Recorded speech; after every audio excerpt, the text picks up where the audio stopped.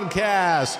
Mark DeJesus here in the house, welcoming you all to Sunday Night Live. Pray that you all are doing well, having an amazing day, an amazing weekend. If not, you've come to a great place to help encourage and equip your healing and freedom journey, especially when it comes to mental, emotional, and relationship health. And I have a special treat for you all. Once again, my amazing wife and the love of my life, all that I cling to. I am here. I am here. You are. You are. Thanks for being here. I like having you here. Oh my gosh, I love it. I Yeah, know, it's like a highlight. It is. It's great. We're looking forward to this and looking forward to having good conversation. And I have some good things I want to bring from Scripture in just a little bit as well, too. Do you want to take a moment and say hello to everybody in the chat and stuff like that? Sure. Hey, everybody. Wait, let's see what's going on. Let me go back up here. Oh, first person in the chat was Derek Steepo. Looking forward to another DeJesus flavored sermon. You two rock. Thank you so much. Lucas the Prussian. What does that mean? What he wrote. I don't know, it's in another language. Miss Songbird, Marty, Jennifer Bailey, lovely Jennifer Bailey, Margaret, Brooke Elizabeth, Stacy, Jessica Freeman, girl, HS, Colorful Thinker, Ahava, Adrian, where am I? Let me go down. David Rodriguez, Katie S., I am Kaya, Marty, Susan, Janata, and Lynn. Love you guys. I think I'm good. I think I'm caught up. Yeah, I think I did good. I think I did really good this week. Just saying. And we are also, and will continue to stream on Rumble, which is available now. And you can go in and check it out. If you're having a hard time finding it, you just search in Rumble, Mark DeJesus, and I'm there somewhere, and you should be able to find the live. And if you're on my mailing list, which that's important, because if you get on our mailing list, that is a way you can get updated links to what's happening and upcoming stuff. But as of late, this past week, let's talk about this week. I want to talk about this week for a little bit. Sure, we can. This week, I spent some extended time getting prepared what's going to be called our Healing and Freedom Community. And very excited about this. And we're in the last bit of the planning stages, getting into some of that. We'll have more information out for everybody on what this means. What does it look like to join this, to be a part of this? And I've looked at my teaching, my investment in creating teachings on a weekly basis, as well as my one-on-one. And I'm like, there's an in-between section of investment where I want to invest in people on a group level that can really benefit from. We've been needing to do this for a while. A long while. Yeah. For years. So it's good timing. Yeah. So Better anyway, late than never. so I'll just say this. The cool thing is that those who join this, now, if you go to markdejesus.com, you'll see there's a lot of updates going on. You'll see just new graphics, new stuff. There is a community button. You can see what's brewing there. It's not ready to launch. We'll let you all know, but it's going to have three main things, and that's going to be access to all online courses and all future online courses, which is amazing. Access to regular Q&As. I will be doing invested Q&As there. And then also social interaction where people can post questions, interact. And we really wanted to do this in a place that we can be able to connect it to our courses and to other stuff and things like that. So this is going to be just something that is going to be an amazing way to invest in people's lives. So you'll want to keep an eye out for that. Okay. And speaking of Rumble, there will be some broadcasts that will be Rumble only. I may start off with both Rumble and YouTube, but we're going to do a little ditch over on certain subjects, depending on what I'm talking about. Yes. We may have to say, meet us over on Rumble. Right. Yeah. I think a lot of YouTubers are having to do that now, unfortunately. Yep. So, yeah. Yeah, there's a lot of changing dynamics in what is emphasized and what is wanting to be promoted and what is wanting to be said. And as Christians, we have to walk in wisdom because the times shift and change, and they're happening so rapidly. And I was doing a a Zoom group call a couple weeks ago, and it was to a young adult group, and I was just basically, streaming with them to talk about my journey of mental health, and then address questions. So I was spending a lot of time just hearing from them, and I wanted to hear from them. And one of the young people there, young adults there, said, I'm as a Christian, I'm having a hard time because I'm trying to navigate my faith, but there's changing values going on at such a rapid rate where it seems like it's happening so quickly, of fundamental family values and Christian values. And he says, I wasn't ready to experience the mockery that was gonna be happening. And he was telling me about how he was I knew people would resist and they hated Jesus, they'd hate me, but the mockery I would experience over my faith. And then he went into kind of a bit of a tangent where he's like, you know what, maybe I feel like it has to do with the fact that I went to a Christian school. I mean, I'm sorry. No, not a Christian school. He said, because I was homeschooled. And I'm really struggling. I feel like being homeschooled, I was in a bubble and whatever. Now, I understand what he's saying. I understand the intent of his heart, but I really wanted him to know we're all adjusting. We're all adjusting to what it looks like to live as believers in a world. And what I mean by adjusting is, how do you navigate with wisdom, maintain your love, but stay anchored to the truth that sets free? And it's challenging more and more. So anyways, that's my little 10 cents. But I also wanted to mention from last broadcast, we had some fun with yes, with a little church dance here, and I love it. It's already hitting me. It's already hitting me. I'm sorry. Okay, so we started some research. Yeah. So this the gentleman's name is Jeremiah Yoakum. So I guess Dwight Yoakam has a grandson that's in ministry now. No, I was like, wait. I don't think I almost had you, right? No, it's Jeremiah Yoakum, and he can rip it. He can rip it. The man can sing. Yeah. So you can go look him up. I don't know anything about him other than that he it looks like he's a music teacher. We found his YouTube channel. Yeah, you can go look him up. Jeremiah Yoakum. I think it's YOCO. He's going to be like, why am I getting all these views on my because we think he can sing. He's amazing. Yeah. He brought it, and I believe, I don't have it in front of me right now, was a city in, I want to say, Alabama. AL is Alabama, right? Yes. You know, the sometimes the abbreviations, like, what's Alaska? Is it AK? Oh my gosh, no, that's. I'm stumping. Oh my. Yeah, that's right. That's right. I have to use. And we homeschool our children. Well, I need to be homeschooled. I know, right? The things you forget. Yes, state of Alaska. Yeah, and then what's Arkansas? Now it's a quiz. Abbreviation. Those are tough. AR. Oh, okay. Yeah. The A ones are tricky because then there's Arizona's AZ. And, right. The A ones get a little tricky. Yeah. They do. Yeah, for sure. But anyways, that's where he would.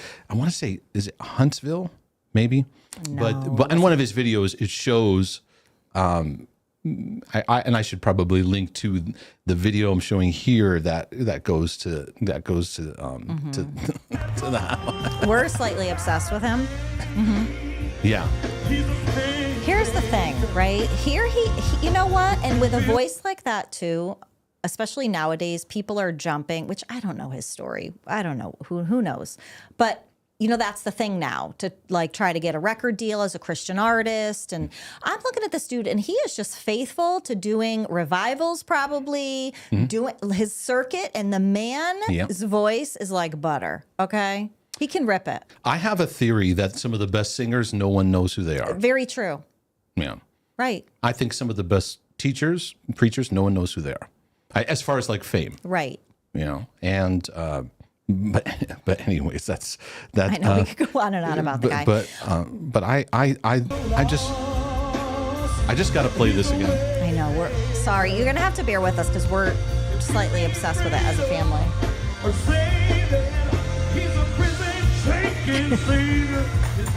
All right, here it is. Here it is. I should have got a tambourine for today. Yep.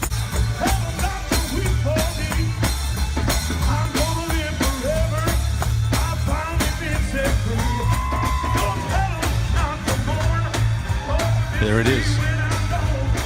Yes, belt buckle, dude. Mm-hmm. Where is he? Where is he? There he is. There he is. Mm-hmm. Okay. Y'all ready? Because wherever you are in your home, Yep. you may need to get up out of your chair for a minute. Yep. And you may need to cut a rug for a second here because it's about to go down.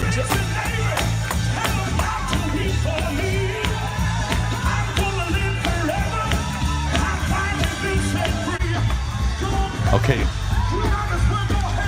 Now I gotta appreciate something here because I'm a man that likes to appreciate things, Okay. and I like to pause and take it in. And one of the things that you brought out last time when we just shut the camera off. Yeah. when we were done with the broadcast, you had mentioned a couple things, but one of the things you said was, you were really blessed at how many men were very expressive in their praise, in their dance, to see the men, because that's, and in your experience, that's not something that you're used to. No, and it would really, when we were pastoring, it was like very frustrating, like epic level, because it's usually just the women, and it makes me Coco Loco, quite frankly. Right. That it's just the ladies that dance and men not having confidence in the Lord. Right. To just dance. And so I love it that the men, listen, we can go down other paths of like men. I don't think, go ahead. I'm sorry. No, go ahead. No, go ahead. And I don't think it's even about whether you're dancing or not. It's leading, expressing, Right. taking initiative. Yes. And just engaging, the things of God. Since you and I have been together, we have been on this journey of seeking to ignite the hearts of men, Right. and let them get connected to their hearts, to their emotions, because it has such a trickle down effect. Right. And As a matter of fact, one of the last churches that we had visited, it made my blood boil. I'm just going to be honest about it. Is there was a time of, after service opens and lets everybody gather and make, they do the thing. Everybody in your aisle get together and pray for each other. And not only was it pretty much silent in the whole church, but predominantly, and I'm saying this without exaggeration, it was only the females praying out loud. right. And that sends my blood through the roof, that men's voices are not being built up with confidence in who they are in the Lord. Yeah. To pray, to speak out, to cover women and dance. Okay. And I'll get off my soapbox for a second. no, stay on it. It triggers our own father wounds too, doesn't it? It totally does. Of silence, or not speaking into those areas, or not emotionally being engaged and present, right? Right. Because it's like, some of my Baptist friends are going to like, oh, we're checking out. They're talking about dancing. Like, and the point isn't dancing. The point is like full engagement, Seeing men engaged, looking at the women in the group, feeling like they are being the watchmen.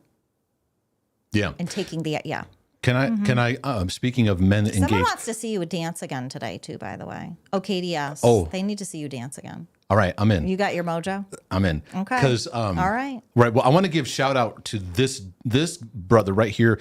It's a little blurry now. Where you're at, you can't see it, but you'll catch up when you look at the feed. Okay. In the black suit there.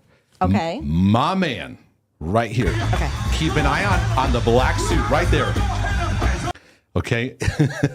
There's a couple black suits, but right on the far end, he's got like a gray shirt. I'm gonna rewind it again, and right there in the end. Okay, that's a. All right, we got it. Let me see if I can. Yeah.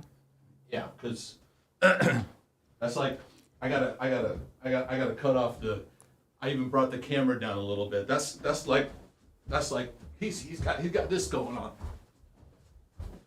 He's got this going on. He does. I love it. That's awesome. It's like he's got his hands out. He is, Jessica. He's in his own world. He is jamming. He is like, yes, Lord. And like, so he doesn't fall. Yes. He doesn't want to fall. Right. So he's got a few. And I love it. No, that's Jessica said you got to play the music. You got to play the music. Oh, right. You got to get the togetherness of the. All right. Hold on a second here. Yeah. Now you're asking me for. I gotta put it in the tech stuff happening here. Okay. I got a producer. Ken, yes, and let me tell you something. I'm gonna go on Amazon and I'm gonna get me a tambourine. Okay, tambourine it up next week. Yeah. Feel free to talk with the chat. I'm gonna pull it up over here in the. Okay. Let me see what's going on. Sunday yes, night. Ken. In all things, we do it for His glory, even in the goofiness. You know it. That's right. That's right. Okay. All right. So I'm obviously, producing here, so I got to do a couple things at the same time. David Rodriguez loves to dance. Okay. So,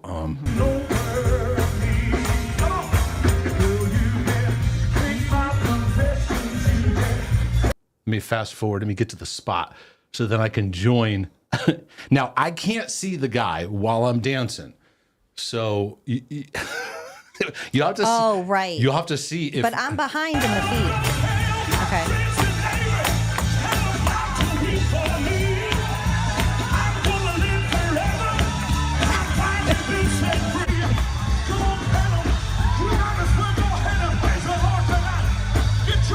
That's it, babe. Oh, that's it right there. You got it. Oh my gosh, you did it. I love it. Boom. Boom. So, yeah, I worked on it all week. No, it's just fun.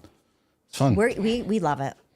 So hopefully everyone's having fun. I got to catch my We breath. have to start the night out right. Have a little fun. You do. Let's see. Did we finish that? Did we give the video the proper finish? I think we did we? Oh, okay. Yeah. I was hoping you were going to say no. Oh, why? Do you want more of it? Listen. Just one last.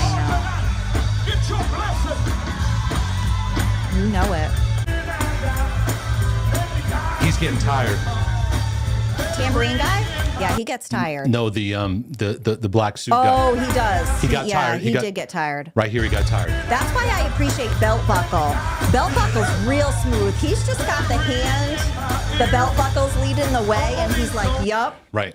He's super manly, though. He's like belt buckling it up, waving. I appreciate him. Yeah. Yep. So, I mean, the Psalms does talk about praising with the dance. You know it. There's some people that, I don't know if they blurt that part out, but. You know what, babe? I love it. So, what does this have to do with. Down to business. What does this have to do with mental health? It has a lot to do with it. It does, right. It really does. So. I know, because we've been sick all week, and, well, you haven't. You have insane genetics. I think it's in some ways, yes. In some ways, no. But you have a good Puerto Rican stomach. You can eat anything. Like even times where I'm like, I don't know, was that cooked good? And you're like, it's fine. Right. Whereas I would get sick. My poor Lithuanian belly can't take anything. Mark's stomach can eat anything. You've had stuff out in the missions trips. Yeah. Yeah. Did you drink the water and you were fine too? No, okay, that's you pushing can't. it. That's pushing it. In Peru and Guatemala. Yeah, that would be pushing it. Yeah, okay, you can't, but anyways, can't play around. Me and the kids. It started with Abby. Then I had a sore throat, which was like horrific, like razor blades in my throat for 2 days. Then I was fine. Then Max got sick. Then I got sick again. I think it's a lot of allergy stuff, though. Honestly. Yeah. Yeah. So, anyways, do you want me to tell my story about Abby? I don't know what the story. Oh yeah. Yes. Go ahead. Okay. This is real. Yeah. All right. So Abby gets sick and she's all nasally. And ever since she was little, she just gets hit really hard. So I try to do the neti pot and the whole thing with them and flush them out, sinuses and all that jazz. So as they're getting older, I'm trying to give them more freedom where I'm not on top of them with everything of like, okay, here's your routine. You know how to do it. Well, I had bought a new sinus rinse for her, and it was one that was pre-filled. So she used it during the day, and I said to her, hey, make sure, and she hated it. But I said to her, okay, make sure you do your saline rinse. And I was thinking she was going to go do the one that comes pre-done in the little ones that you do. Okay. So I tell her to go do that. She comes in my bedroom, and she's like, I did it, Mom. I went through the whole bottle. And in my head, I'm thinking, the whole bottle? So my whole body starts to get hot. Because I'm like, wait a second. The one that already had the pre-mixed in it, she used that earlier. What did she use? So fear comes over me like you're sitting next to me. We're sitting in bed and the kids are getting ready for bed. And I jumped up. And you know when you almost get into a car accident and you get that feeling that goes through you and like even your lips get numb, your hands get numb? And I get up and I'm like, Abby, what did you do? Show me what you did. What did you do? Show me what you did. And I start getting her, unfortunately, scared too, because I'm putting my fear on her. And I'd make her take me in the kitchen. I'm like, what did you do? And she's like, I filled the bottle back up. And I'm like, what do you mean that you filled the bottle back up? Well, I filled the bottle back up with water. And it hits me, my worst fear, that she put tap water. She's like, I said, where did you get the tap? Where did you get the water? She's like, from the faucet. And I instantly went into, I'm just going to be honest, she's going to get a brain-eating amoeba and she's going to die. I went from 0 to 60. Yeah. Mark can attest to it. Like, it was bad. I could not come out of it. It was, and you were looking at me trying to help me. Like, what do I got to do right now to help you? Yeah. People accidentally do that all the time. She's going to be fine. My fear went so deep. It was, we're in North Carolina. These houses are old. The pipes are old. There's bacteria in the pipes. I mean, I went hardcore to like taking her to death. Yeah. You can interject at any minute if you want. It was a big spin. Yeah. It was a big spinny. It hit you very strong, and it was a great example of like an intrusive. Yes. Not only this is why we're bringing this out. Yeah. It's not only an intrusive thought, it was an intrusive moment. And it was like a chain reaction. It was a chain reaction in you, and I could see it in your eyes. And so I was trying to, like, I was completely taken over by it. Yeah. I was trying to speak reason. And then you were talking to Abby, and I was just like trying to like just kind of stop the spiral so we could. Right, because I'm seeing what's happening, and it felt so uncontrollable. Yeah. Everything from history was being pulled in my brain too, of where I felt unsafe or like bad things happened. The imprint of that, it was like everything I've worked on, it literally flew out the window in milliseconds. I mean milliseconds. And it took a little bit for me to unwind it. And we want to bring it, because this is real stuff that people deal with. I'm like, we kind of talked about it and felt like, I feel like people could appreciate that, you know, we struggle with these things too. Yeah. And I one of the things that was so clear to me was that it was bringing up traumatic recall in so many layers and so many levels. When we get hit like that, we get hit in certain moments where something consumes us.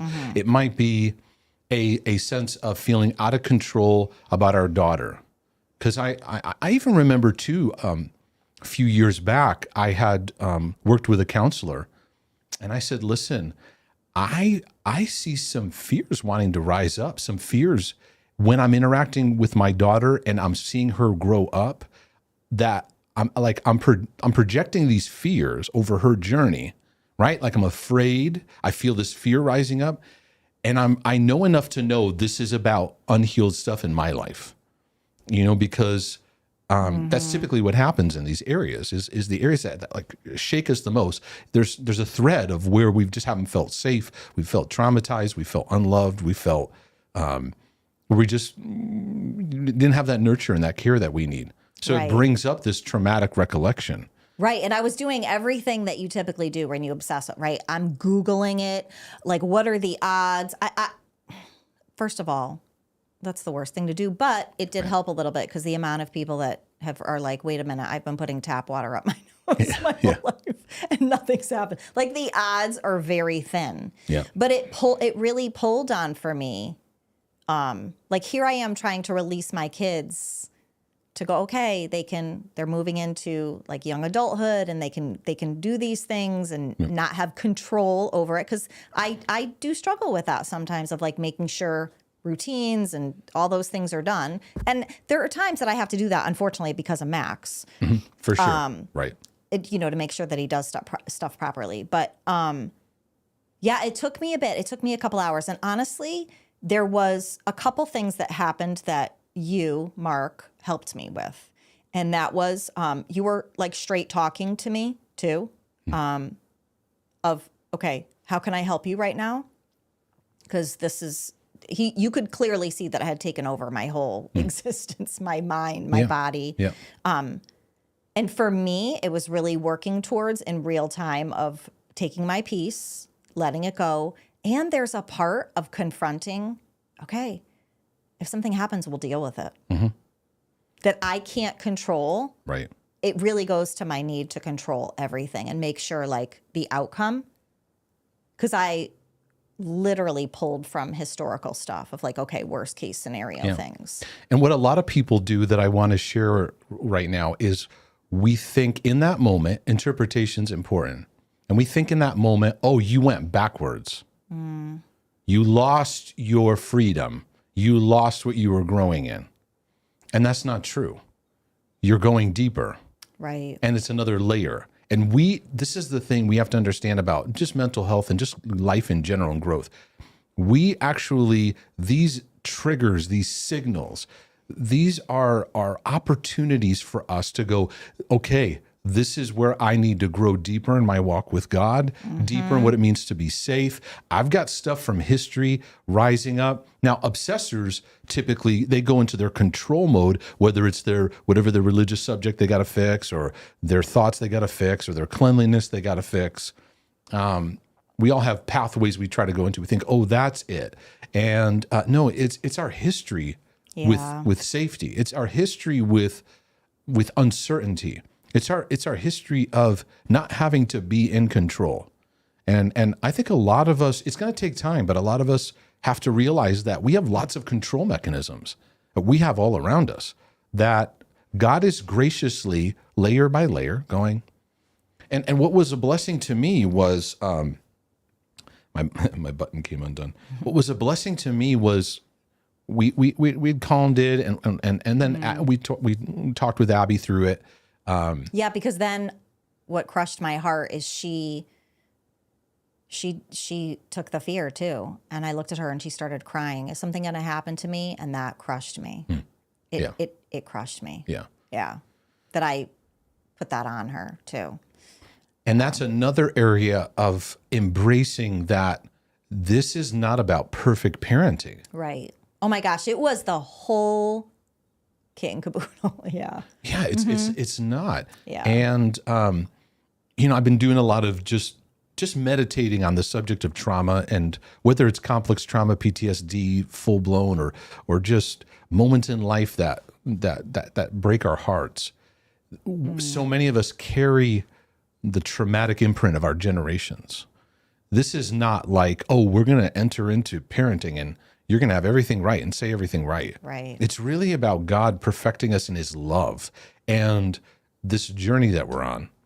I think what was awesome for me to watch, it was a tough night, but the next morning, it was interesting how the next morning your rebound and putting it in perspective was amazing. Yeah, and you even said to me, "Are you okay from last night?" I'm like, "Yeah, I'm good." Which I guess I can see in hindsight. You were like, "Wait, what is that? What?" You're like, "Oh, okay." But you know what? It's interesting because it was a new level of even how to process it too, of having that kind of fear. I have not had that kind of fear come on me in a long time, and it was interesting that I didn't. Number one, when you were like, "Missy, what is happening right now?" You spoke straight to me, and I didn't just like put my dukes up and fight back. And no, I have to be in fear over this, because there is a part where I have historically been kind of righteous in my fear of like, no, I need to be afraid of this. Yeah. And which, okay, everyone can lay out. That's a big wall for people to because we defend our obsessions. Mm-hmm. No. I need to make sure that I'm saved. And it's like, that's not the issue. No. I need to make sure that I'm not this, whatever this thought is saying. No, I need to make sure I'm clean, make sure I'm this, make sure that. Mm-hmm. No, this could happen. And a lot of that is really our history and our relationship with flaws and brokenness rising to the surface, going, I've got to control this and make this thing. Yeah. And parenting is a big way to confront you with you are not in control. You think you are. Right. But we are not. Like, we're vessels, but this is a learning and trusting game. So I just want to say that a lot of people are relating to me in the so if they don't story if they don't, this channel isn't for them. I know, right? Jennifer said, "I laid awake all night worrying about a brain amoeba because of the silly neti pot." Thank you. Right. And then I'm like, purified water, bottled water, purified water. Like, my gosh, Jennifer's in the house. She's got your back. I love her. Thank you. Yeah, and but I'm proud of you because you and I were. It's hard to explain, but it's like when you walk this healing and freedom journey, there are times where you don't even see like where the growth is, but you're growing. Right. You don't see the improvements, but you are. And I really appreciate what it's done in you and I just being committed to the process and just staying the course and just learning through it. To me, it was a great victory. Many people would look at that and go, "Oh my goodness, I was so terrible. Right. I'm doing bad." No, you're actually doing well, and you're learning in that. And I think it's not about how well are all your symptoms. It's what are you learning in new responses and new things you're learning about yourself, because we're all broken people trying to navigate that. Isn't that so true? Oh, Flamingo Bear, thank you for your comments. I see them. Yeah, especially with the baby bottles. Moments of, am I washing them? Are they clean enough? I've been there. Yeah. Purified, distilled. Yeah. I see that. I see that happening more and more in culture where people are spinning. They're spinning about their health. They're spinning about. Well, and there's all these rules too that it's not good. And then we're all coming and pulling from our like lack of equipping and lack of feeling safe. And now you become aware of it. Right. And then now you got all these things in front of you of, well, if you do this, it could be this. It's like, ugh. Right. I need to stay off of Google. The history of our parents being like, just throw them in the back seat. They'll be fine. It this far. I know, right? Are you hearing me okay? Because this thing keeps dropping. Yeah, it's if you just take the metal thing? no, in the front, and just turn. You just had your hand on it. This thing? No, the front. This thing. Yes, and turn that. That should tighten. It's not turning. I feel like it's literally slowly just dropping. You know what? Let's take a dance break and you'll fix it. I'll fix it for you.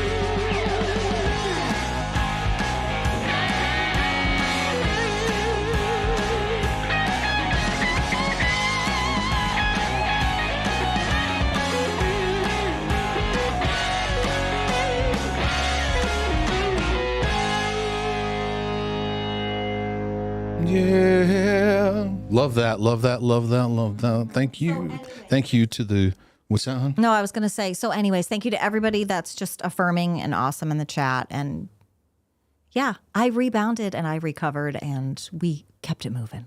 That that microphone stand looks incredibly strong right now. I know, right? Thank you, Boo.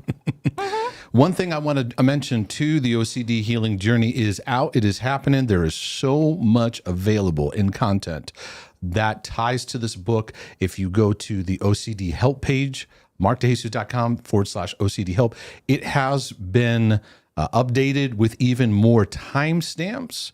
I want to mention that too, because we've had some help, and want to give a shout out to Katie Katie Sanders. Is she in the Yes, the she chat is. feed? Girl, we love you, and you have been amazing and such an awesome blessing to us. Yes, thank you.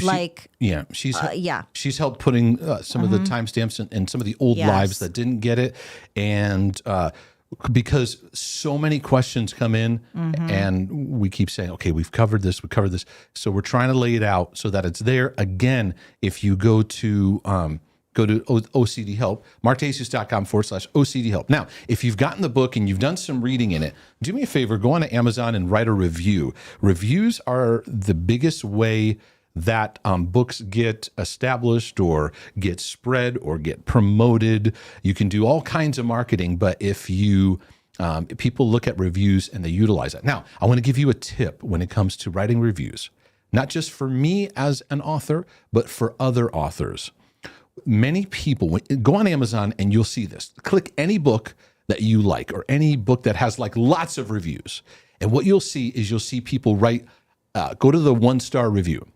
And people who write bad reviews, they're writing a bad review because the book came in like bad condition, or it was ripped, or there was a tear, or there are people that have even written to me where Amazon will send the wrong book. And it'll have the cover correct and then the interior, because Amazon actually does a lot of their own printing depending on where people distribute.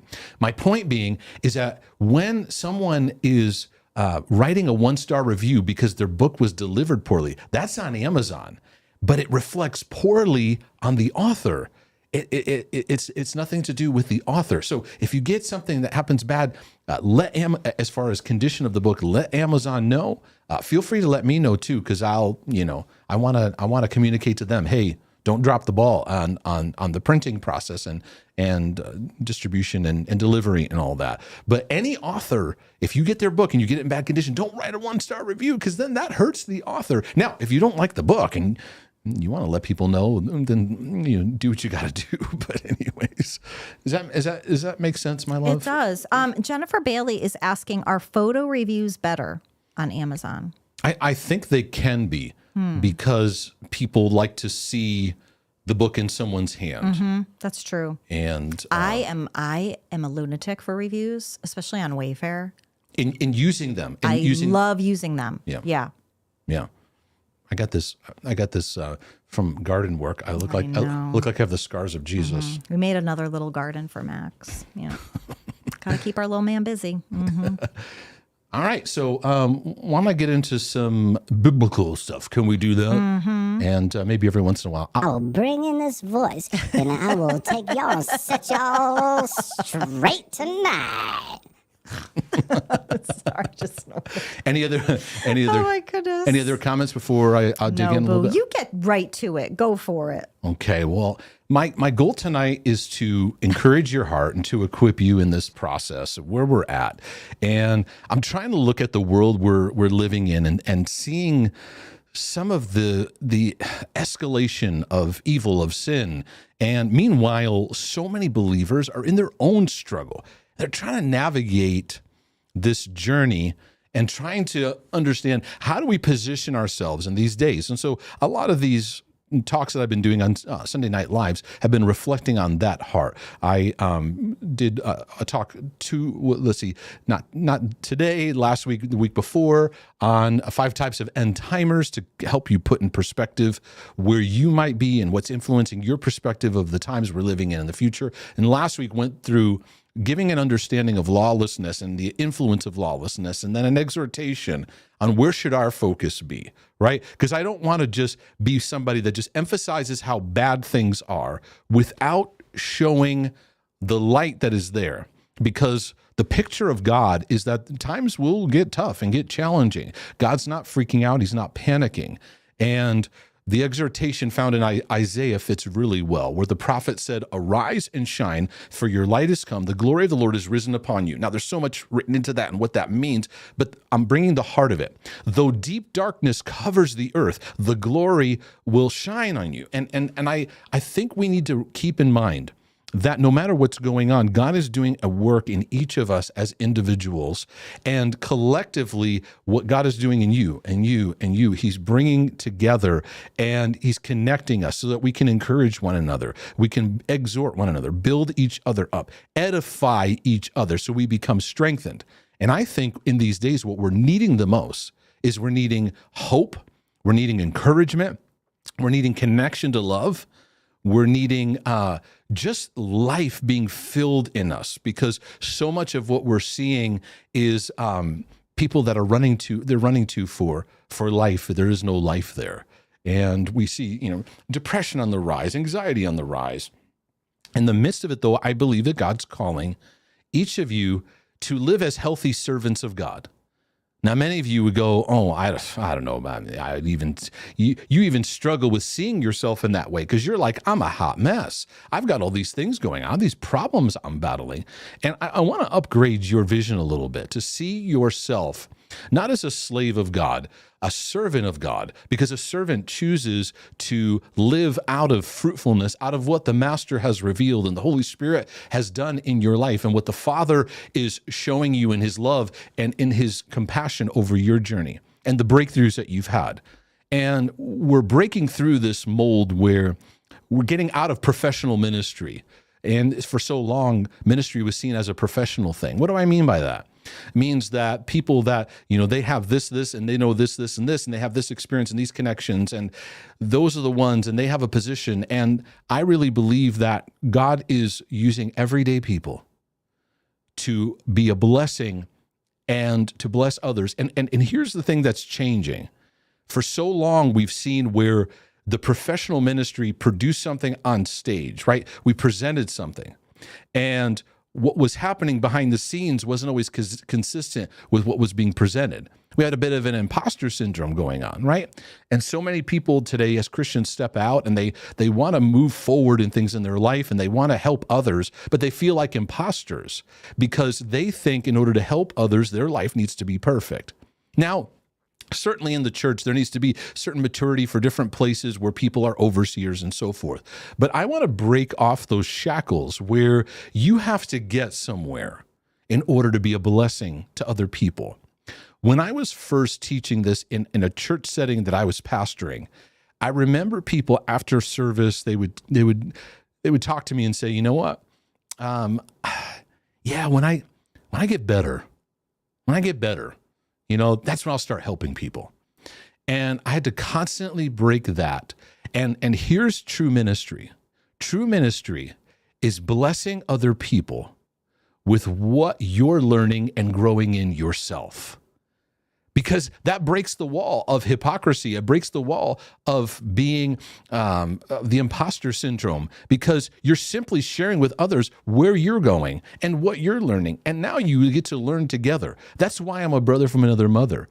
Encouraging that in you, that, hey, where I'm going and where I'm bringing what I'm learning in my life, here's what's helped me. And I'm taking that bread, I'm taking that nutrient, I'm taking that and giving that to you in your own life. And so I want you to realize that God has set you apart to bless others. And you may be neck deep in some battles in your life. And one of the things that's needed is an outlet where you can simply share. It may be one person. It may be a neighbor. It may be in a small group setting. It may be just with a group of friends you get together. It may just be one friend.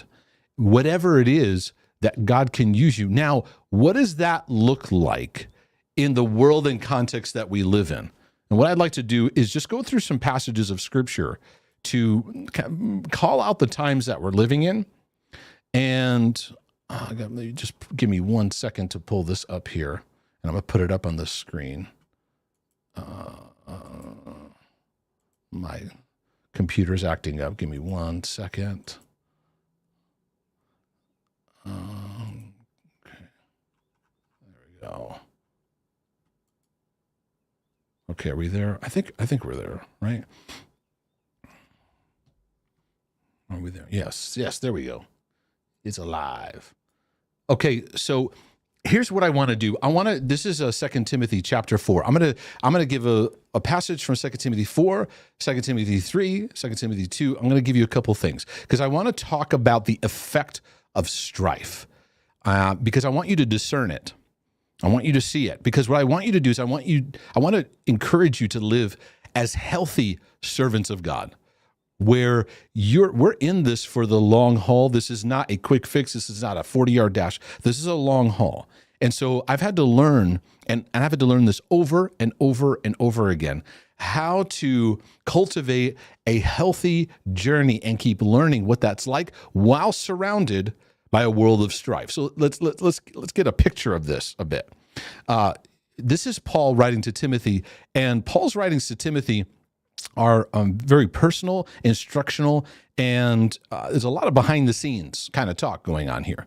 Whereas when he writes to Ephesians, the book is written to a church at Ephesus, right? To be read to many. Now, I'm sure this was read to others, but this is some direct stuff that he's bringing out. And he's giving him a heads up, and these are statements he makes over and over again. 2 Timothy 4, verse 1, he says here, I'm going to read this section right here, 1 through... we'll see. I charge you, therefore, before God and the Lord Jesus Christ, who will judge the living and the dead at his appearing in his kingdom. Preach the word. Be ready in season and out of season. Convince, rebuke, exhort, with all longsuffering and teaching. For the time will come, they will not endure sound doctrine, but according to their own desires, because they have itching ears. They're going to heap for themselves teachers, and they will turn their ears away from the truth and be turned aside to fables. So let me ask you a question. When you turn on the news, go on your social media feed, do you see this, right? It doesn't take some spiritual theological expert to see the influence of what this is happening, of people turning away from the truth, straightforward truth, and being pulled into this the word here, fables, or stories that are false and destructive. So Paul's saying you're gonna have to be ready, just in season, out of season, and he's speaking to his role as an apostolic teacher and pastor in his day. Timothy was a young guy, and Paul was a spiritual father to his life and to his journey. But here, listen to this thing. For the time will come, and many of you, what you're watching in your life, this sentence right here, for the time will come when they'll not endure sound doctrine. Now, I'm going to get to doctrine in just a second, because, when you think of doctrine, you think like, what's your doctrine? Do you know your doctrine? What is your doctrine? Can I see your doctrine? What's your doctrine say? Right? But what does that even mean? What does that actually look like? But first, let's look at this word endure, because this word endure, what it speaks up is like to sustain, to bear, to hold oneself erect and firm, to hold up, right? There's a work of the doctrine of God in our lives that's meant to hold us firm. But what happens in the Christian life is we have resistance. We're fighting battles. We're struggling, right? And there comes a time where people go, this is just too hard. So they turn to something that says, oh, you don't even have to battle that anymore. It's okay. This is where evil starts to be turned for good. And that's what we see in our culture, absolute confusion. In the home, in sexuality, in identity, in relationships, in what's right and what's wrong, absolute mockery to the things of God, pushing back to the things of the truth. You're in the middle of this. You're experiencing this. You see it in your work. You see it around you. And what you're seeing is, you're seeing even believers, many people write to me, grieving. Oh, I had this friend and they were so passionate, and now they're arguing with me and fighting against me. And I get emails of people whose hearts are breaking because they're seeing this drift. I have pastor friends, people I worked with in ministry, worked alongside with, rubbed shoulders with, completely now teaching absolute error. Not like, I'm not talking about error of like, which Bible translation do you read? Do you lift your hands in church? I'm talking about fundamental error, baseline error to the truth of God's word. Because what happens is, in the journey, you and I are living as overcomers. And this word here is not just doctrine, it's sound doctrine. Now, you can go, well, what's he talking about? Sound doctrine. What does that even mean for a second? Now, What I want to do is I want to break down the word doctrine for you. Because when we think of the word doctrine, we tend to think of like, what's your doctrine? People write to me all the time. Mark, what's your doctrine? What are your beliefs? It's fine. They want to know, is this guy like some strange teacher? Is he some like rogue?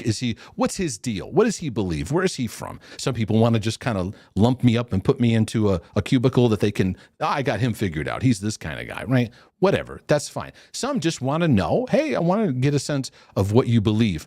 But we've come to believe that doctrine is like the written list of statements that we have. These are the things that I believe in a list of statements. It's so much more than that, though, because doctrine is teaching, it's instruction, it's precepts, it's fundamental things that hold and guard us, but it's imparting to people how God thinks. It's imparting to people how God's heart sees things. We're not just putting out a list of rules. We're conveying God's heart. In fact, I want to illustrate this in just a moment because I want to get your heart excited about where I'm going with this. Because in the book of Acts, it talks here in Acts 2:42. It says, and they continued steadfastly in the apostles' doctrine and in fellowship, meaning teaching, insight, understanding, and in fellowship with one another, in the breaking of bread and in prayers. And look what happened as a result of this sound doctrine. Fear came upon every soul. Now that's not, I'm having anxiety, I'm having panic attacks. No, an absolute awe of who God is. An overwhelming awe that affects your life, affects everything in your journey. Many wonders and signs were done through the apostles, and all who believed were together and had all things in common, and sold their possessions and goods and divided them among all as anyone had need. So what my point is here is that out of sound doctrine that is given, great fruit is given. Now, a church can have a list of doctrines, and it's like, this is dead. Just completely dead. And so sometimes when I think about doctrine, I teach people about doctrine, it's what is the culture of your church? What is the culture of your community? In fact, I'll take it further. What's the doctrine of your home? You don't think of that, right? What's the culture of your home? So if I was to walk into a church and be a part of everything that they do for a couple months, within about 2 or 3 months, I would get the doctrine of the church without anyone telling me. Yeah, I see what's written on the wall. Yeah. Well, we believe in right. But I want to see doctrine, meaning how do we actually manifest the ways of God here in our community? If I was to hang out at your house for a few weeks, actually, it probably wouldn't take long, maybe a couple weeks, and I would get a sense of probably the doctrine in the home, meaning what is the way that we approach the things of this life? One of the things that really bonds Melissa and I together is when we were dating, moving into engagement, we had all kinds of issues. We had all kinds of brokenness and struggles that we had to work through and continue to grow in our life and our journey. But one thing that was very important is that we established a sense of we are going to have a standard of who God is, and we're going to be yoked together in this. And we're going to be yoked together in how we approach the things of God. Not just like we believe Jesus is the Son of God, we believe he died for our sins, we believe the Bible is the Word of God, we believe man is sinful, those kind of things. But even deeper, what do we do when problems arise? Right? Because we have our fancy doctrines, our statements, which are needed, and many are drifting from that, right? But then there's also, what's the doctrine of the way you do life? When a storm hits, is your doctrine of living, why God? Why'd you do this? You know, because that's our doctrine manifests in how we live. It shows us what our teaching is, what our instruction is, what our pattern of life is. That to me brings out what real doctrine is. And so doctrine isn't just in the church building. Doctrine is each of us in our homes establishing. In fact, I did this exercise years ago where I listed out a set of things, just precepts, that as far as our home is concerned, these are things we're going to emphasize, we're going to value, and we're going to keep living out as a way of life. So why do I share all this? Because doctrine, that's the sliding that's happening in the world, isn't just we believe Jesus, we believe the Word of God, those statements, which are super important. They're even down to how we do relationships, that how we heal from hurt, how we process pain, how we navigate how we go through storms in life. And in that shaking and in that shifting, what's going to happen is, it's like what Jesus said to Peter. He said, Satan's going to come after you and he's going to sift you like wheat. He is going to take who you are, and it's just, you're going to feel like you're being run through the ringer. And Jesus says, he doesn't pray that I'll make this all go away. He said, I pray that your faith will be strengthened and your faith will be strong through this. And when you have recovered yourself, go back and encourage your other brethren. So many of you are going through hell right now. And the world that we live in of strife wants to pull us into mentalities of let's blame God, let's get angry at God, let's forget God, he's forgotten us, let's walk away from the grounding of what's going to hold us through the storm. And you're going through hell, and many of you are going through a facet of what Jesus spoke to Peter. You're going through sifting. And what's happening is the refining is being brought out in your life. The refining is being brought out because you want to escape this mental health battle that you're struggling with. You just want to get out of it. You just want to get better. But you may not realize that what you're learning and going through, there's some sifting happening. You're strengthening what it means to connect to the love of God. You're strengthening in your hope. You're getting free from condemnation, from shackles of religiosity. You're getting free from see, sometimes when we talk about false doctrine, we talk about, well, you don't believe Jesus Christ is the Son of God, that he's God, or the Bible is the Word of God, or those kind of things, right? We don't necessarily think about the things that come up when we're in that hellish like stage in our journey and we're struggling. And God, where are you in this?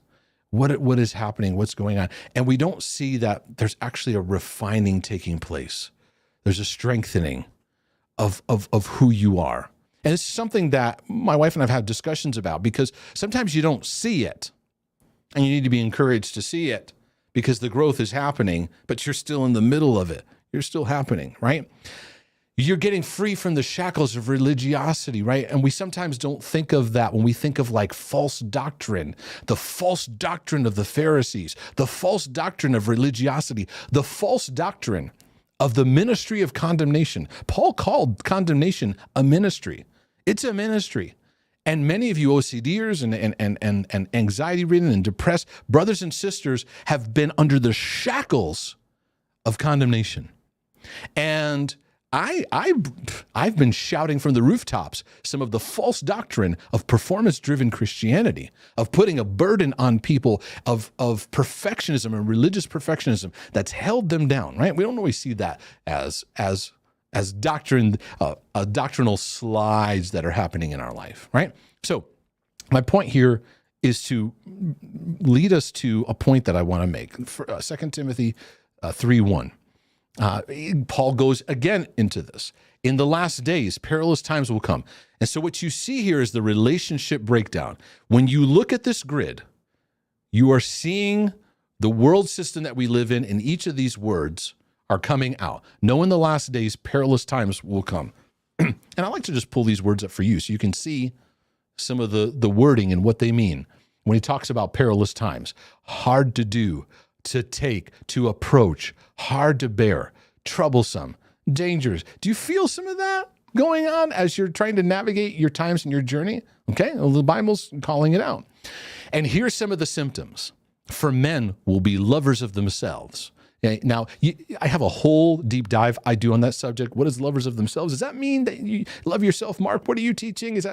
I'm not talking about lovers of themselves, but for the sake of summary, lovers of themselves, this word here is this word philatos.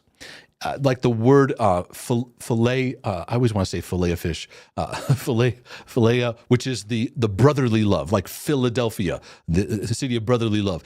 It's a type of love in the Greek language of brotherly affection, right? That word auto is speaking of back to me. So if I write an autobiography, I'm writing a biography about me.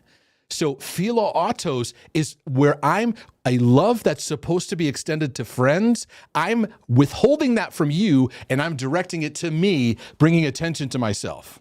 That's actually narcissism, is what it is. So first on the list is the rise of the narcissist.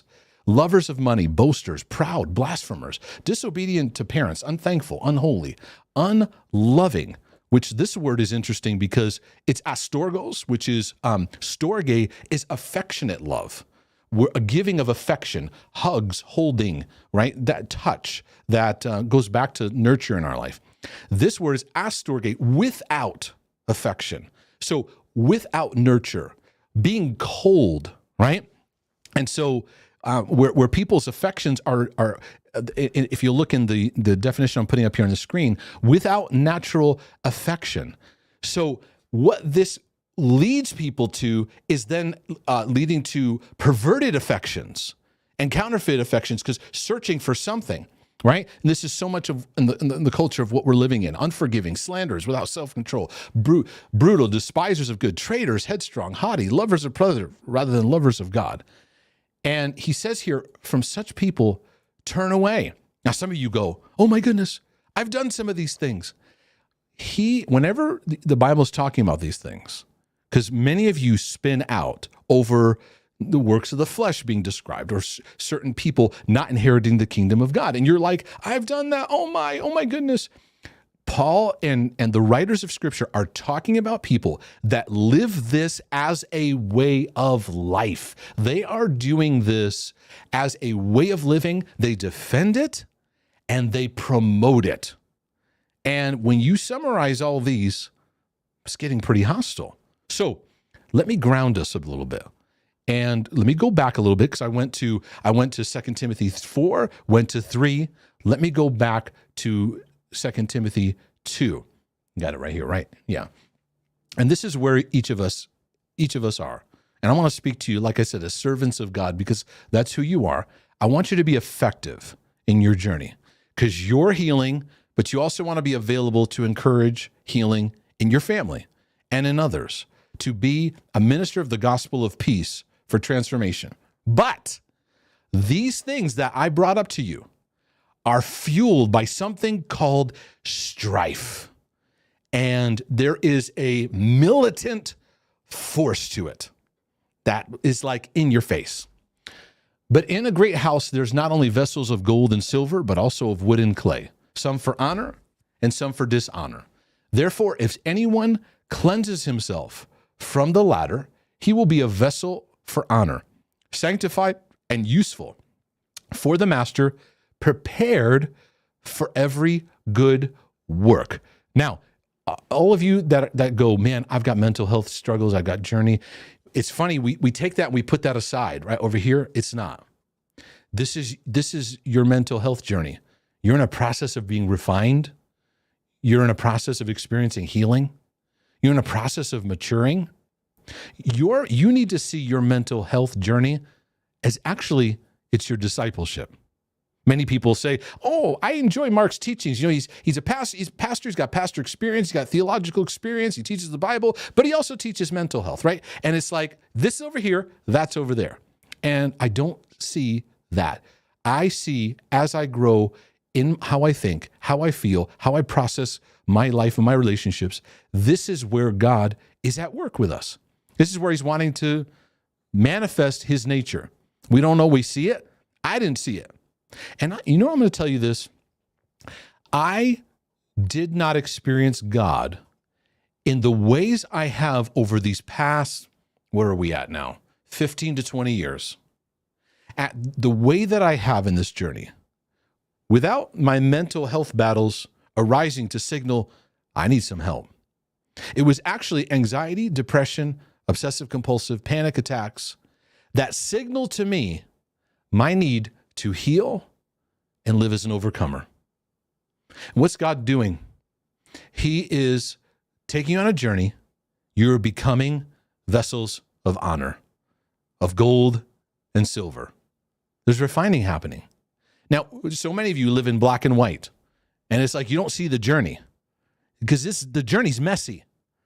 There's a lot of stuff in you that needs some transformation, that needs some freedom.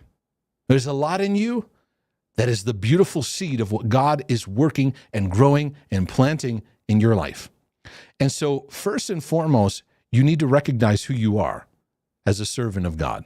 And with that in mind, then Paul gives some instruction here.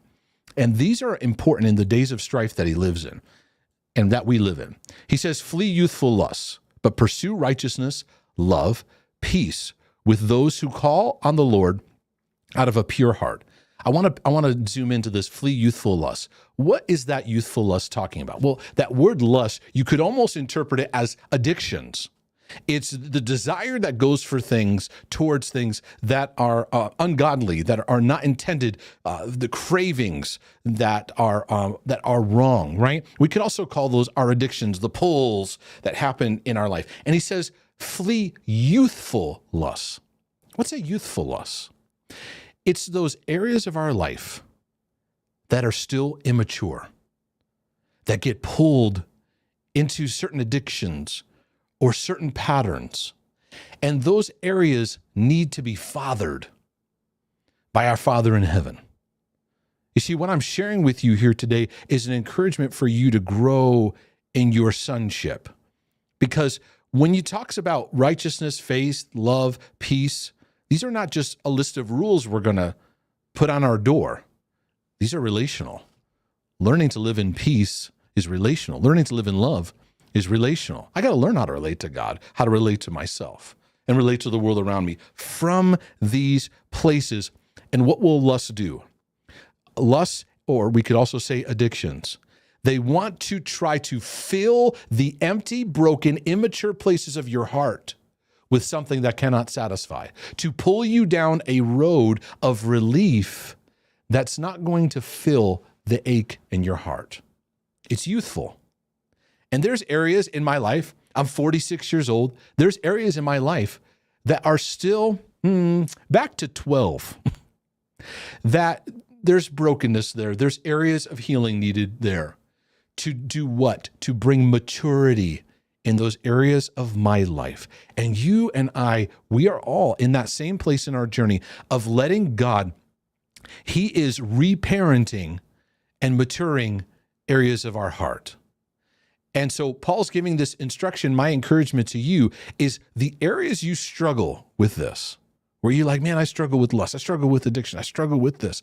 It is actually an invitation for God to reparent you, because there's places of your emotions and of your thinking that need to get caught up in God. You may be 40, 50, 60 years old, but there's places in you that still are immature and need to be brought up into maturity to know that those areas of lust are not going to satisfy, that they're not going to fill the places of your heart. Here is the cornerstone place of wisdom that we need. Avoid, in verse 23, avoid foolish and ignorant disputes, knowing that they generate strife. You live in a world that wants to pitch a fit. It wants to pick a fight. Your adversary, the devil, walks as a roaring lion, seeking whom he may devour. How does he do it? Through accusation. He is a troll, a spiritual troll. And he wants to, whether It's some thoughts you struggle with, thoughts you hear from your father-in-law, thoughts that you hear from a condemning preacher, or thoughts you hear from your neighbor, or just things you're reading, or whatever. He wants to assault your thinking with a oppressive force. Here's the hook. The hook is when strife kicks up, that we get lost in it. And one of the instructions that Paul was bringing to Timothy, and he says this not just here, it's said in other places. Be aware when you see a manifestation of strife. Strife is a combating presence to fight and argue. I remember early on in my ministry work where people would disagree and it would hit those broken places of my heart, those areas where I wanted to be right and I knew what I was talking and I'm right, you're wrong, and I know what I'm talking about. And I'd feel the need to always speak back to things and have to correct things. And I found myself chasing things. Then as God began to heal me more and more in those areas, I got into online interaction. And I find in social media and in online interaction, the level of strife, you can just cut it with a knife. Constant combating, constant arguing, because there's this spiritual work over all of this, going like this, come on, because the fight leads to nowhere. Now, those of you that are married, you honest married couples, how many of your fights and arguments were fights that went nowhere? And I'll be quite honest. You can correct me on this.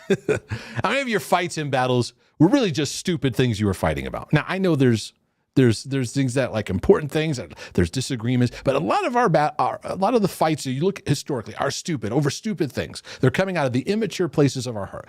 But what's happening in the spiritual is to stir up, because when you get to the threshold of strife, you're now in a all-out battle that's taking place. And Paul is warning Timothy, there's two things that are going to happen. There's stupid disputes and there's ignorant disputes. And these things, you need to have wisdom to know, I don't need to jump into that fight. I don't need to go in there. And sometimes as Christians, we think every battle, everything we need to jump into and respond to. We see something on social media, you feel like you got to jump in and you got to say something. My first encouragement to you in wisdom is first recognize, I see strife pulling. I see strife. And what it will do is it will exhaust your energy. It will pull you into something that goes nowhere. And it disconnects from the power of wisdom. You need to see the wisdom of God as a treasure. But you need to know who you're dealing with. Are they willing to receive the wisdom of the keys of the kingdom, of the word of God in your life? Are they showing they're willing to hear and to receive? Because many times Christians think we just need to go into every fight and battle everything. And then it wears us out, takes our energy, and it distracts us. Whenever I get pulled into strife, the number one thing it does is it distracts me. It distracts me from what God is doing, what God is saying. Second thing it does, it gets me lost.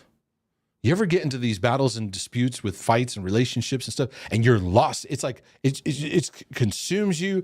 You don't even know what you're angry about anymore. You don't even know what's happening. That's the work of strife. And I'll get into James's talk on it, because he says there's a thing going on here where it leads to confusion and actually every evil thing. He's saying avoid. That word foolish there speaks basically of, I'll pull it up here. So you don't think I'm making this up. Dull or stupid. Blockhead, okay? Didn't know you're going to hear blockhead from a Greek breakdown, right? We have to have discernment. God's telling us we got to have discernment to go, this is stupid. I don't need to get myself into this right now. The other one is ignorant. A lot of fights are brought out of ignorance. You see people they're emotionally captured by something, but they don't have a true sense of truth or even facts, and sometimes even logic. Because when a work of strife takes over, it's fueled by envy. And envy says, you've got something I don't have, and I need it, and I want it. And now there's this contentious battle going on. And it doesn't matter what the facts are, what the truth is, or anything like that. It doesn't matter. It's now clouded, and you live in a world where people are clouded by this. Is this making sense? Are you catching this? So a lot of debates you're having with people, you need to go, I don't need to dive in there. In fact, I will venture to say the majority of things you think you need to jump into, you don't need to. We're wasting our energy, wasting our time. But there's people that need to hear.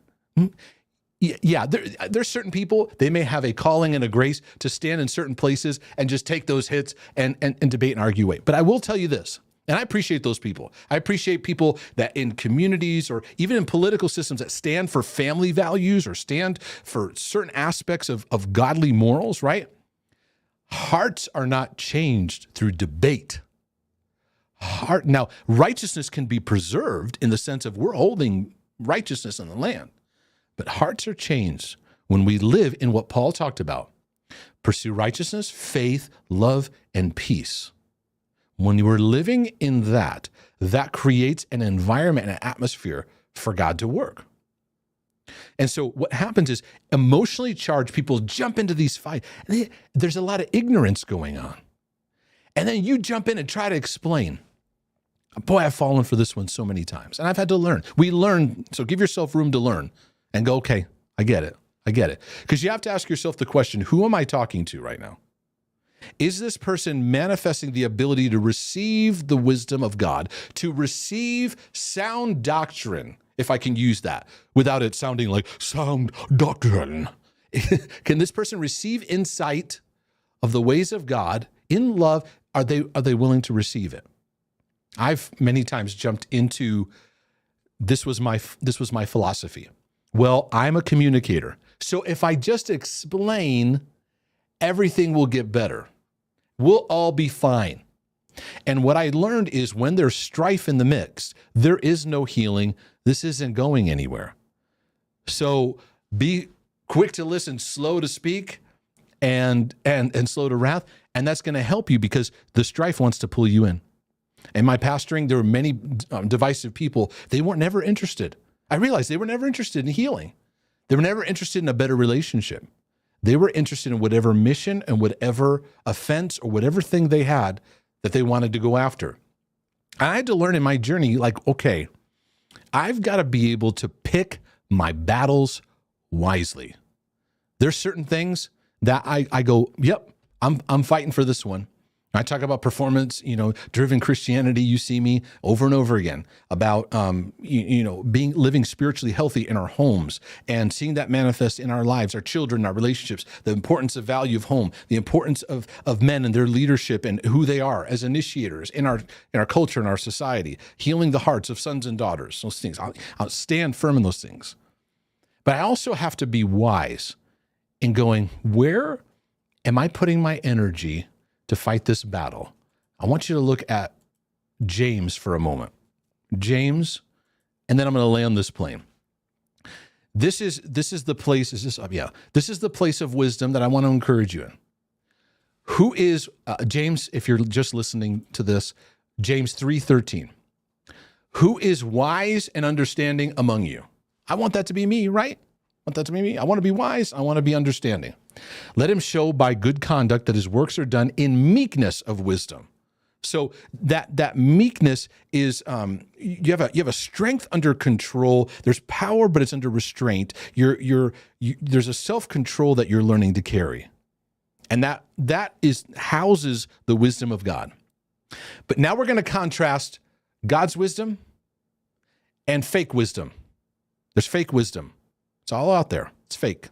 It's not godly wisdom. He says, so be in meekness. But if you have bitter envying and self-seeking in your hearts, do not boast and lie against the truth. What he's saying here is that what fuels not only a disconnect from wisdom, but breaks down relationships really wears down relationships, is when envy and self-seeking come in together. It creates a militant force. I venture to say most of the battles that you see in our culture, all the way up into politics, all the way up into what's happening in churches, church splits, church pain, there is a work of envy that then combines with self-seeking. Now, the King James, the original King James, takes this word self-seeking and translates it strife. And I think there's a good call on that in bringing out the meaning. Bitter envying and strife. Different word strife than what I read in Timothy. The one in Timothy's straight up like battle and fighting. The strife is a self-seeking combating. Look at the definition here as I roll this up.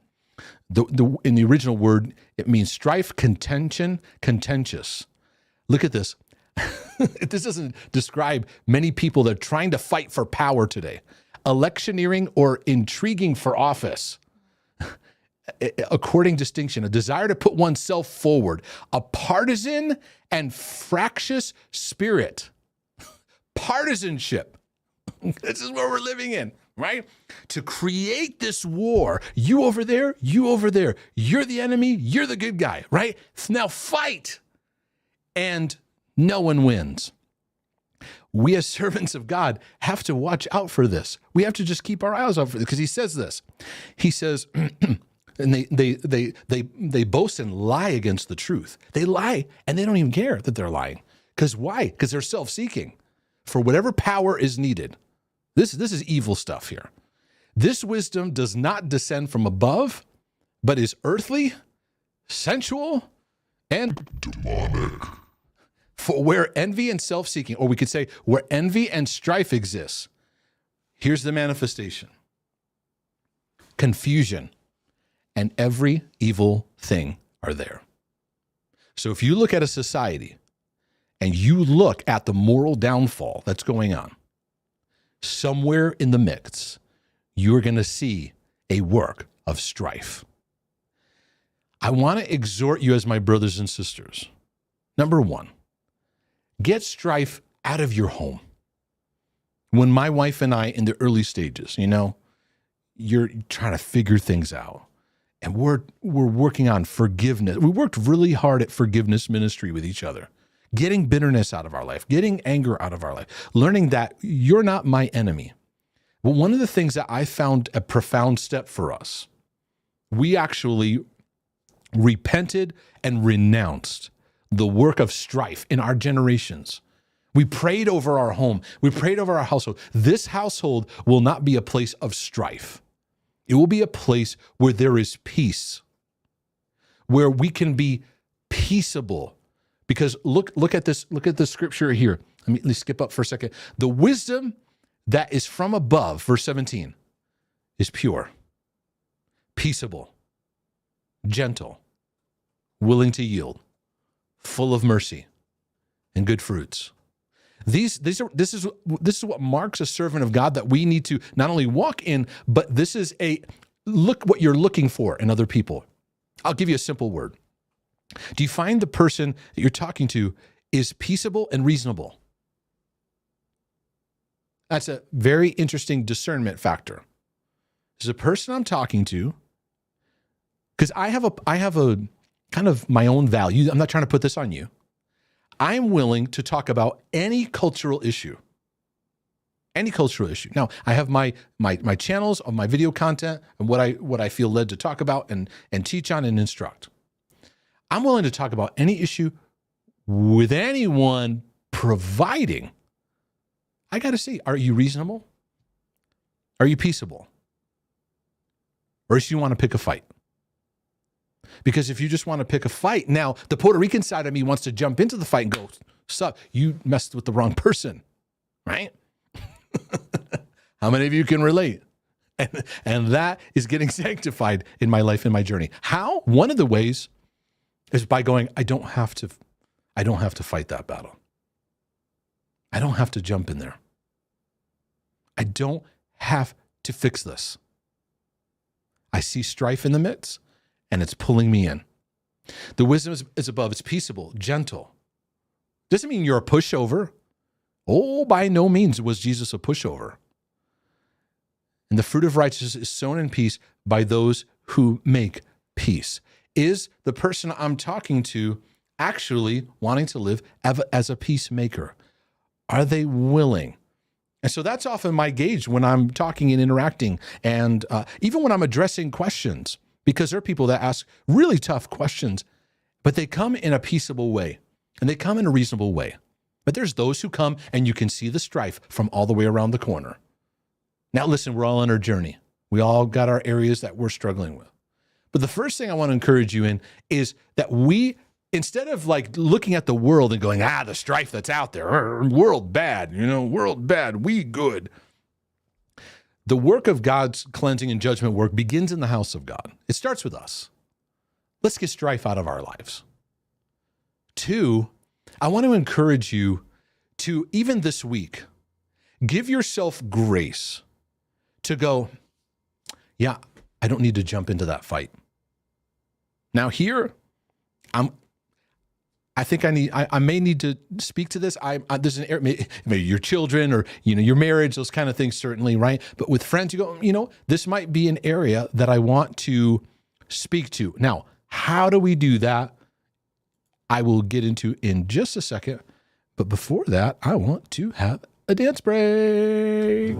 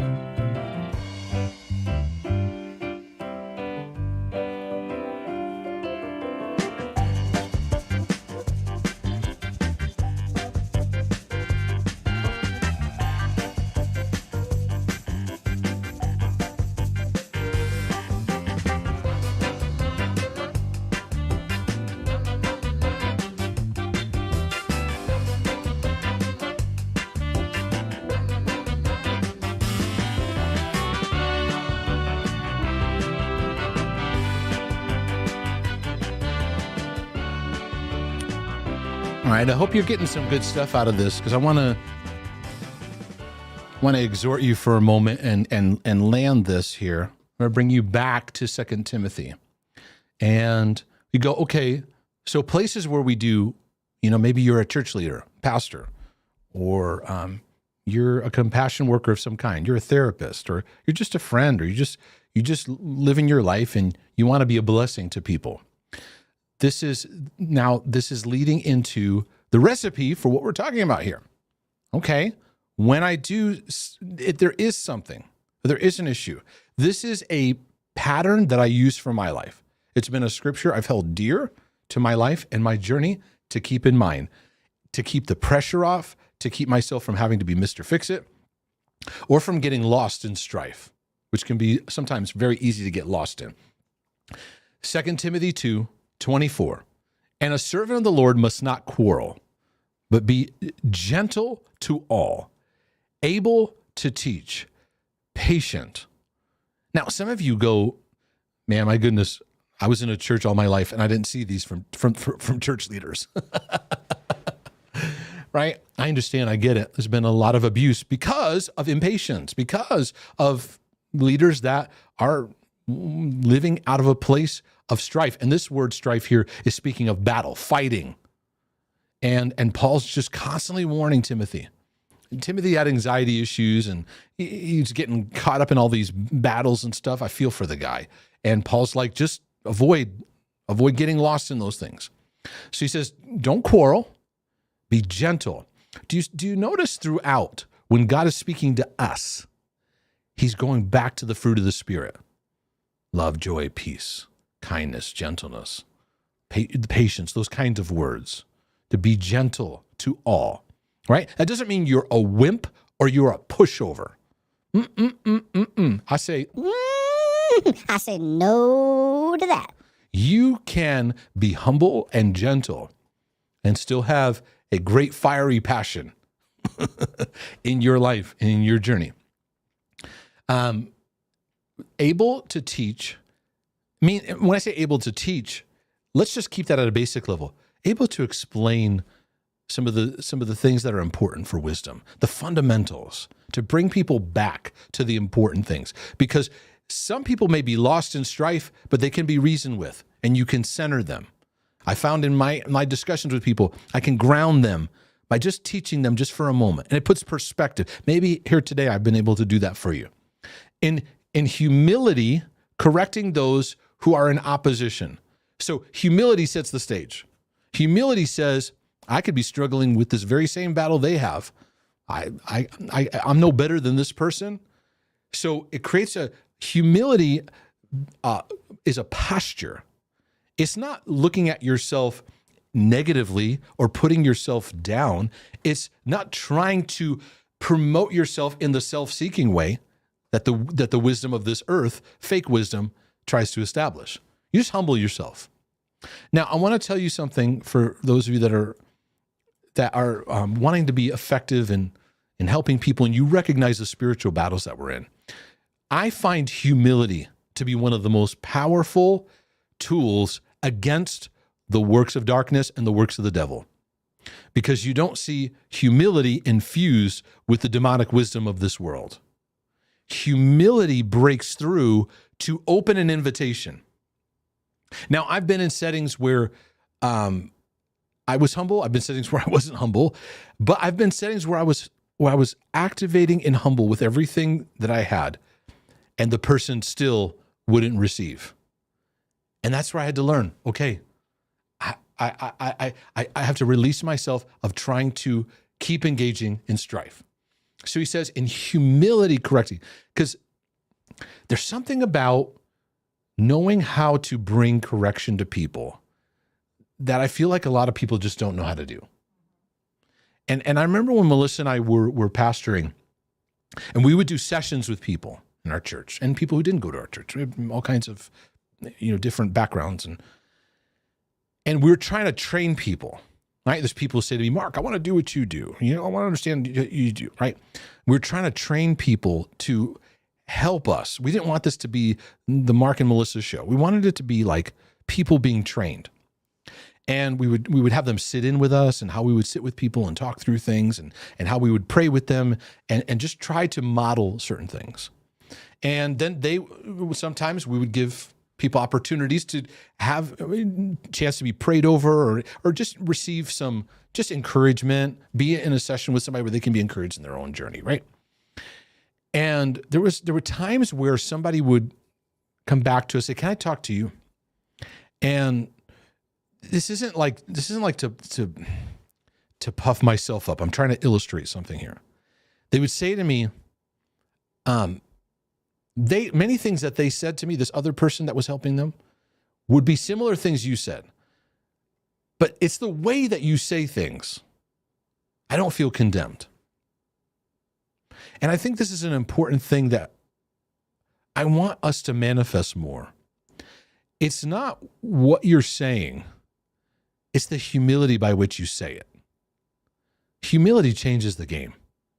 When you're just correcting, and many churches, many Christians, we're obsessive compulsive correctors. We're compulsively calling out things in our world and life. We're using up all our energy. We're exhausted. We're depressed. We're distracted. And here's what I've learned. When I'm compulsively correcting, my control issues are coming up. Humility helps me to starve my control issues. I realize I'm not in control. Humility allows me to be vulnerable. And vulnerability brings the opportunity for breakthrough. Humility, God says he resists the proud but gives grace to the humble. When we connect to humility, it opens up correction. And what does he say? To those that are in opposition. This is hostile. These are people that are like, they're at war with you. And Timothy's like, what do I do? What do I do? And he says, be humble in correcting them and pray God gives them repentance. Oh, I'm sorry.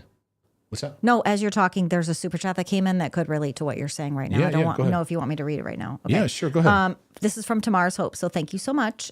You just described my work environment. How do I respond when people thrive in this environment? I work in mental health and addiction field. And as a follower of Christ, this is hard to do when coworkers want to pull you into the chaos and confusion. Yeah, and that takes, I think a lot of what I'm talking about today Yes. really helps and applies to that. So I wanted to throw it because I feel like what you're saying right now too applies to the question. Okay, so where wisdom comes in is we have to know the setting we're in. And when you're working in a mental health field, it's I'm assuming it's a secular place, addiction recovery and all that. You have a lot of intense problems that are constantly entering it. So people that are compassion workers, you need more time of personal refreshment and detox, like after you get out of work. You need more than the average 9-to-5 worker. Period. It's not like, don't look at yourself as somebody who works at, a grocery store or works in, there are things you get hit with emotionally all day. And so apply this wisdom grid that I'm having as you look at your coworkers. And I think that in work, we have to see it like, these are not my friends. These are my coworkers. Okay? I think that's important to know because I can be respectful, helpful, but we're not necessarily aligned. I believe in the things of God. These people, whether they do or they don't, I mean, certain morals in psychology are sliding, all over the place, right? So you have to realize when you're going in, it's a world filled with strife. I see this with nurses. When nurses having like nervous breakdowns for what they've done and what they've faced over these past couple of years, not just through what took place in the pandemic, but also even just relationally with the work. The work was so filled with strife and ungodliness and this competitive edge and the gossip and the slander, right?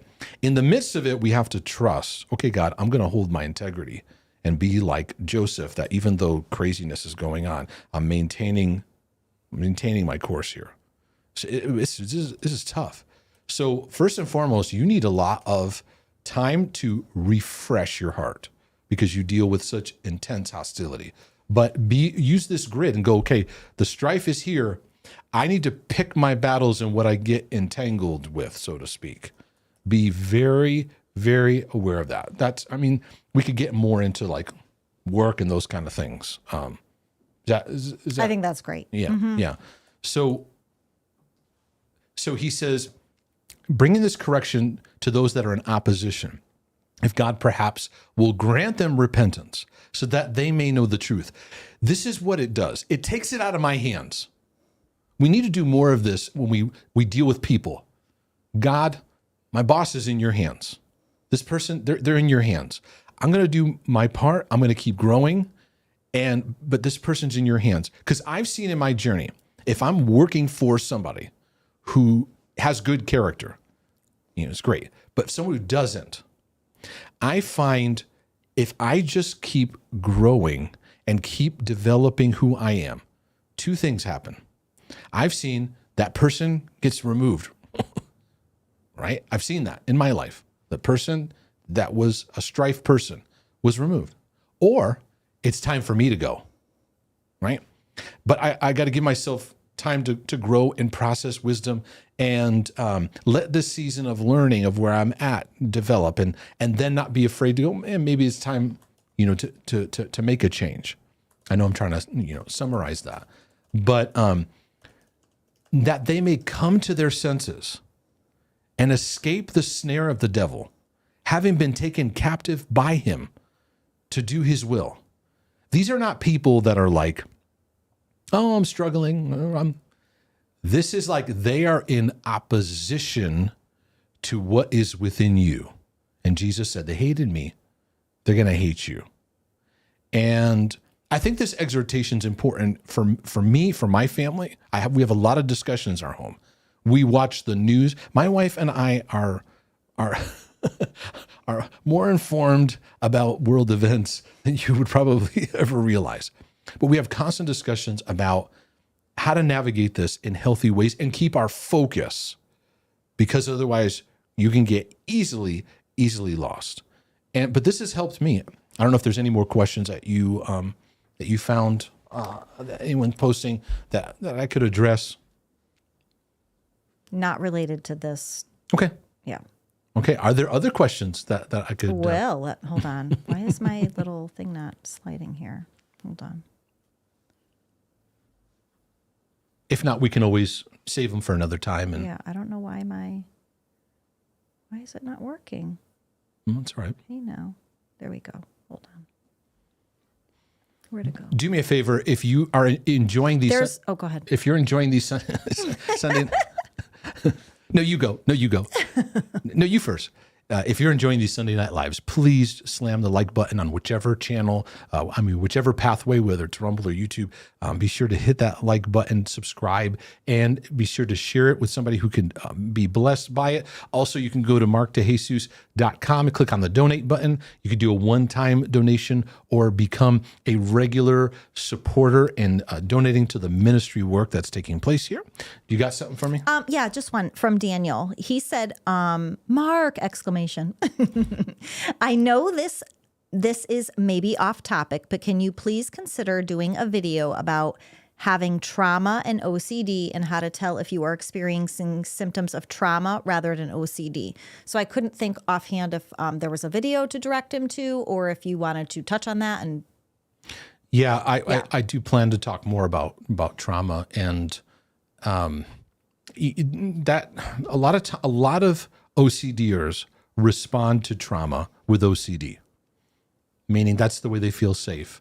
They perfectionistically obsess over something to try to compulsively fix it. And I'm going to go out on a limb here, but the majority when I look at the word trauma, right, I include the word neglect, right? Because that neglect creates a traumatic, right? So if a child is raised in a home where their emotional needs are ignored, that's traumatic. The problem is you don't even know it. right. You grow up with, that's all you know. That's why the concept of complex PTSD was brought out, because they're observing not only like worlds of chaos or disorder in the upbringing, but neglect. There's a lot going on, but there's neglect of emotional needs. So it causes many out of neglect to become obsessive compulsive. And I would say that you and I both. Yeah. Yes.